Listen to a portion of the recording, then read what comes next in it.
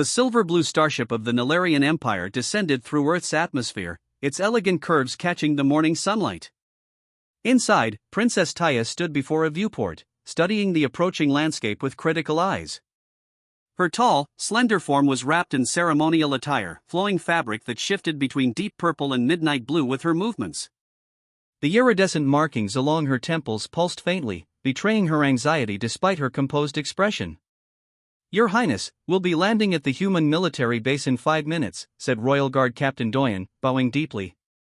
"Very well." Taya's voice carried the musical quality characteristic of her species. "Remind me why my father insisted I personally attend this diplomatic meeting? These humans have barely mastered spaceflight." Captain Doyen maintained his respectful stance. "The Emperor believes forming an alliance with Earth strengthens our position against the Vordax. Humans may be technologically inferior, but their strategic location in this sector makes them valuable." Taya sighed. The aggressive Vordax species had been expanding their territory for decades. Even the mighty Nilarian Empire recognized the need for allies. Still, being sent as her father's representative to this backwater planet felt like punishment. The ship touched down with barely a tremor. Taya straightened her posture and lifted her chin. She would represent her people with dignity, regardless of her personal feelings about humans. When the ship's doors opened, Taya was met with bright sunlight and a crisp breeze, not unpleasant, but different from the carefully maintained atmosphere of Nilarian worlds. A small delegation of humans stood waiting on the landing pad, dressed in formal military attire. Taya descended the ramp with measured steps, her 6 royal guards falling into formation around her. The humans were smaller than she expected, with their varied skin tones and hair colors so different from her people's uniform blue-tinted appearance. A human woman stepped forward and performed a slight bow. She wore a dark uniform with various insignia that Taya couldn't decipher. Her black hair was pulled back tightly, and her posture was impeccably straight. "Welcome to Earth, Your Highness. I'm Lieutenant Hannah Kim. I've been assigned as your security detail during your stay." Taya blinked slowly, her translator converting the human speech. She looked Lieutenant Kim up and down, noting her small stature and lack of obvious weapons. "This is what Earth offers for royal protection. A single soldier?" Several of the human officials shifted uncomfortably, but Lieutenant Kim's expression remained professional. "I assure you, Your Highness, I am fully qualified. My team will support us from a distance, but I will be your primary contact and protector." Taya made a sound that her translator didn't convert, something between a scoff and a laugh. "Very well. I suppose you'll have to do." Lieutenant Kim nodded and gestured toward a waiting vehicle. "If you'll follow me, we've prepared accommodations at our diplomatic center. Your guards are welcome, of course." As they walked, Taya noticed that despite her small size, Lieutenant Kim moved with confident precision. The human maintained perfect positioning, close enough to protect, but not so close as to crowd the princess. "How much do you know about the Nilarian Empire, Lieutenant?" Taya asked as they approached the vehicle. "I've studied your cultural protocols extensively, Your Highness. I understand that eye contact is considered intimate in your culture, that Nilarians value hierarchical respect, and that your people communicate not just with words but with temple markings." Taya raised an eyebrow, her own temple markings flashing briefly with surprise. "Impressive, for a human. Though there is much more to understand than basic etiquette." "I look forward to learning," Lieutenant Kim replied simply. The transport vehicle was comfortable but primitive by Nilarian standards. As they traveled from the military base into a city, Taya watched the landscape change. Earth had a wild beauty, plants grew wherever they pleased, and buildings showed a surprising variety of designs rather than the unified aesthetic of Nilarian architecture. "Your world lacks cohesion," Taya observed. Lieutenant Kim glanced out the window. "We call it diversity, Your Highness. Most humans consider it a strength. A strange perspective. Uniformity brings order and efficiency." "Different approaches to the same goals, perhaps," Lieutenant Kim suggested. The diplomatic center turned out to be a large building surrounded by gardens. Security personnel were visible but unobtrusive. Lieutenant Kim escorted Taya to her suite, which had been modified to accommodate Nilarian environmental preferences. The temperature and lighting have been adjusted to match standard Nilarian settings, Lieutenant Kim explained. The water has been treated to match your world's mineral composition. Is there anything else you require? Taya explored the space, noting the efforts humans had made to accommodate her. It was surprisingly thoughtful, if somewhat clumsily executed. This will suffice. When does the diplomatic meeting begin? Tomorrow morning. Today is for you to rest and adjust to Earth's environment. I'll remain outside your door if you need anything. After Lieutenant Kim left, Taya turned to Captain Doyen. What do you make of our human protector?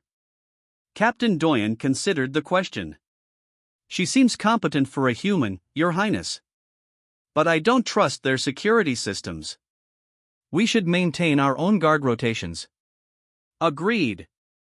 Taya moved to the window, looking out at the unfamiliar landscape. There's something about these humans, they seem so fragile, yet they've survived and thrived on this chaotic planet. That evening, a small reception was held to welcome the Nilarian delegation. Taya observed the humans with careful attention. They were emotionally expressive, their faces constantly shifting. They touched each other casually, handshakes, pats on shoulders, gestures that would be intimate violations among her people. Lieutenant Kim remained close, occasionally explaining human customs or introducing officials.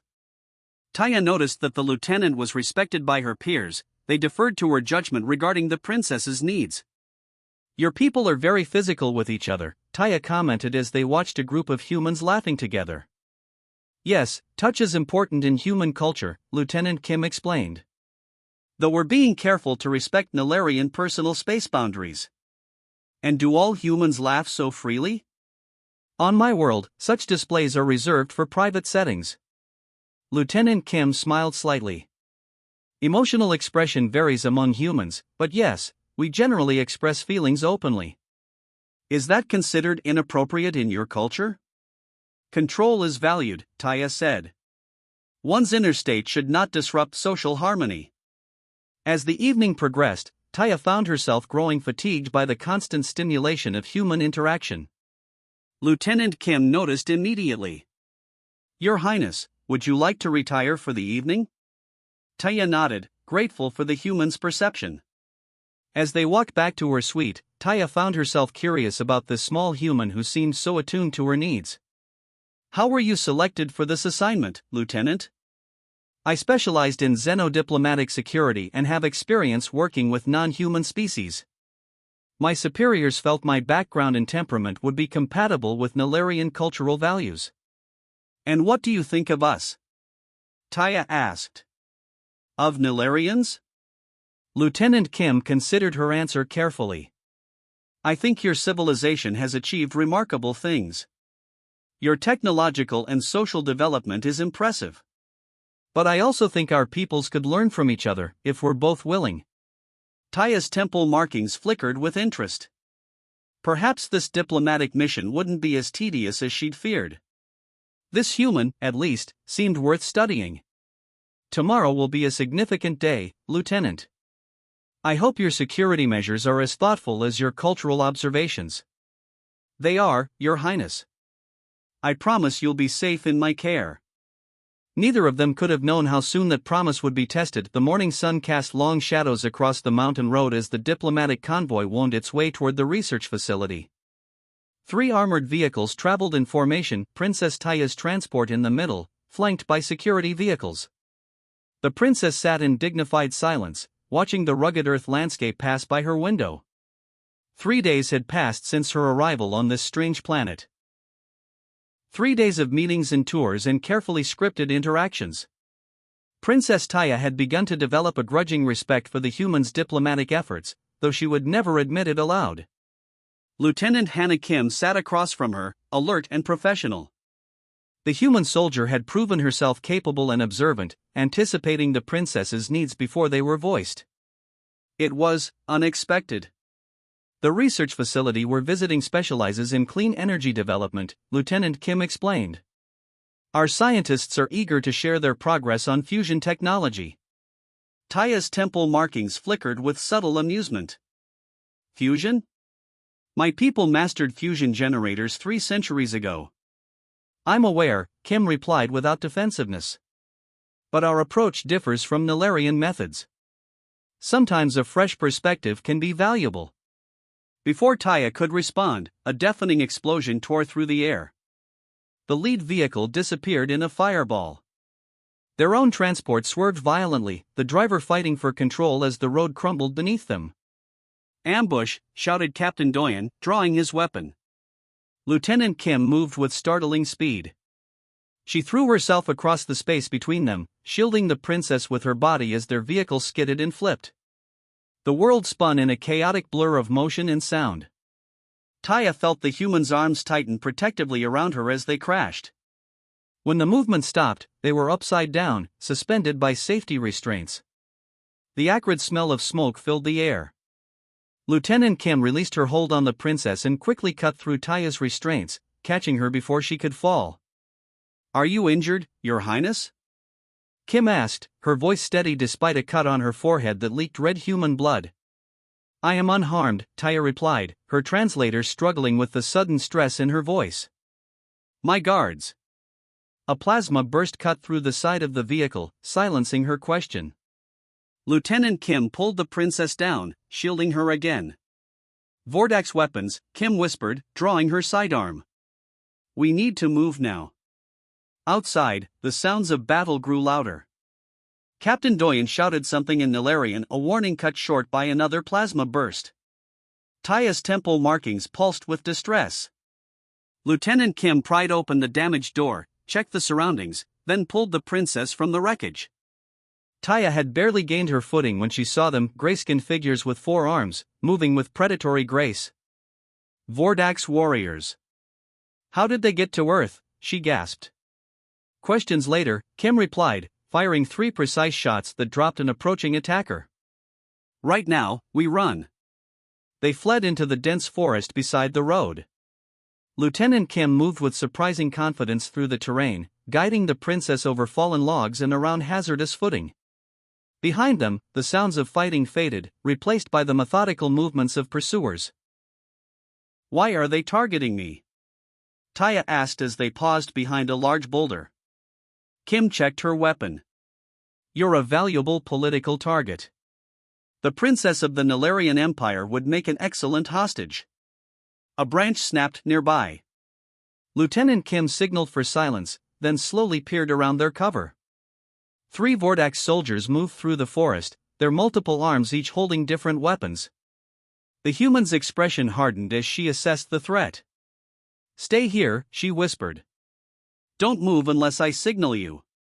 Before Taya could protest, Lieutenant Kim slipped away, moving silently between the trees. The princess watched in astonishment as the human circled behind the Vordak's patrol. Kim attacked the rearmost soldier first, a quick, efficient strike that rendered him unconscious before he could alert his companions. The second Vordak sensed something and began to turn, but Lieutenant Kim was already moving. She fired once, dropped to the ground to avoid return fire, then rolled to a new position. Her second shot found its target. The third Vordax leveled all 4 of his weapons in different directions, searching for the threat. Lieutenant Kim threw a small object that exploded with blinding light. While the Vordax was disoriented, she attacked directly, disabling him with precision strikes. Taya had never seen a human move with such lethal efficiency. It contradicted everything she'd been told about their physical limitations. Kim returned to the princess's position, breathing hard but composed. We need to keep moving. There will be more. You fight unusually well for a human, Taya said as they resumed their flight through the forest. A grim smile crossed Kim's face. We're tougher than we look. They traveled for hours, climbing higher into the mountains. Lieutenant Kim maintained a punishing pace, but always remained attentive to the princess's needs. When Taya stumbled on the unfamiliar terrain, Kim was there to steady her. When the princess needed rest, the human found secure locations and stood guard. As daylight began to fade, they reached a small clearing with a cabin nestled against the mountainside. Emergency shelter, Kim explained. Basic supplies, communications equipment, and defensible position. Inside, the cabin was simple but well-equipped. Lieutenant Kim secured the perimeter, checking windows and setting small devices around the clearing. Proximity sensors, she explained when she returned. We'll have warning if they approach. Taya watched as the human finally attended to her own injuries, the cut on her forehead, a bruised shoulder, and a burn on her arm from a near-miss plasma shot. Why did you do that? Taya asked suddenly. Do what? In the vehicle. You placed yourself between me and danger. You could have been killed. Lieutenant Kim looked up from bandaging her arm. That's my job. Your job requires your death? If necessary. The human's simple acceptance of this fact seemed genuine. Protecting you is my mission. Not just because of orders, but because your survival matters to the alliance between our worlds. Taya's temple markings pulsed with confusion. Nilarians understood sacrifice for the greater good in abstract terms, but individual self-sacrifice was rare in their culture. A comfortable silence fell between them as Lieutenant Kim established a secure communications channel. Something's wrong, Kim said after several failed attempts. I can't reach command. The channels are being jammed. The Vordax have advanced signal disruption technology, Taya confirmed. Which means they came prepared specifically for you. Kim's expression darkened. This wasn't random. They knew your route, your schedule. The implication hung in the air between them. Someone had provided the Vordax with classified information. A traitor, Taya whispered, her markings flashing with alarm. But who? Only the highest officials knew our itinerary. Before Lieutenant Kim could respond, one of the proximity sensors triggered. A small light blinked on Kim's wrist device. She immediately doused the cabin's lights and moved to the window, weapon ready. How many? Taya asked, her voice barely audible. At least 5, Kim replied. They're being cautious, moving slowly. She turned to the princess, her expression resolute. I need you to trust me, Your Highness. Can you do that? Taya studied the human's face in the dim moonlight. 3 days ago, she would have dismissed the very idea of trusting a human with her safety. Now, having witnessed Lieutenant Kim's skill and dedication firsthand, she found her answer surprisingly easy. Yes, Lieutenant. I trust you. Kim nodded once, then moved with quiet efficiency to prepare their defense. The night was just beginning, and somewhere in the darkness, their hunters were closing in. The early morning mist clung to the trees as Princess Taya and Lieutenant Kim slipped away from the cabin. They had survived the night through Kim's tactical knowledge and a fair amount of luck. The Vordax patrol had eventually withdrawn after Kim used the cabin's defense systems to make them believe they were facing a larger force. We need to keep moving, Lieutenant Kim said softly, checking her wrist device. The Vordax will return with reinforcements once they realize we've escaped. Taya nodded, her usually perfect appearance now disheveled. Her ceremonial clothing, designed for diplomatic functions rather than wilderness survival, was torn and dirty. Despite this, she maintained her royal composure. Where are we going? She asked. There's a coalition outpost approximately 30 kilometers east, Kim replied. But we'll need to be careful. If there's a traitor, we can't trust standard communication channels. The princess's temple markings pulsed with frustration. I am not accustomed to running and hiding. I understand, Kim said. But right now, staying alive is our priority. She hesitated, then added, Your Highness, you may need to remove your royal insignia. It reflects light and makes you easier to track. Taya looked down at the gleaming crest on her chest, a symbol of her royal lineage worn by Nilarian royalty for centuries. After a moment's hesitation, she unclasped it and tucked it into a hidden pocket. A wise precaution, she conceded. They traveled cautiously through the forest, Lieutenant Kim leading them on a winding path that utilized natural cover. The human moved with quiet confidence, constantly scanning their surroundings. Taya found herself studying Kim's methods, learning from the human's survival skills. By midday, they reached a rushing stream. Kim filled their water containers and checked for signs of pursuit. I'm leaking, she said in confusion, touching the wetness. Kim smiled gently. You're crying, Your Highness. It's a human emotional response. But I'm not human. Nilarians don't cry. Maybe you picked up something from us after all, Kim suggested. Taya wiped away the tears, fascinated by this new experience. It feels strange. Crying can be good, Kim said. It means you care about something deeply. The princess considered this. I care about what happens to you, she admitted. I care about the alliance between our peoples. I care about stopping Miho and his conspirators. Medical staff returned, insisting the lieutenant needed rest. As Taya prepared to leave, Kim caught her hand, a breach of royal protocol that neither mentioned. We did it, Kim said. Together. Taya squeezed the human's hand gently. Yes. Together. 2 weeks passed. Lieutenant Kim recovered with the resilience typical of her species. The princess remained at the coalition outpost, postponing her return to Neeler despite urgent diplomatic communications. She insisted on seeing her protector fully recovered before departing. During this time, events unfolded rapidly across the sector.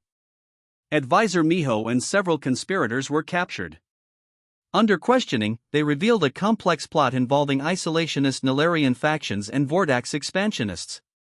The conspiracy extended far beyond what anyone had suspected, reaching high levels in multiple governments.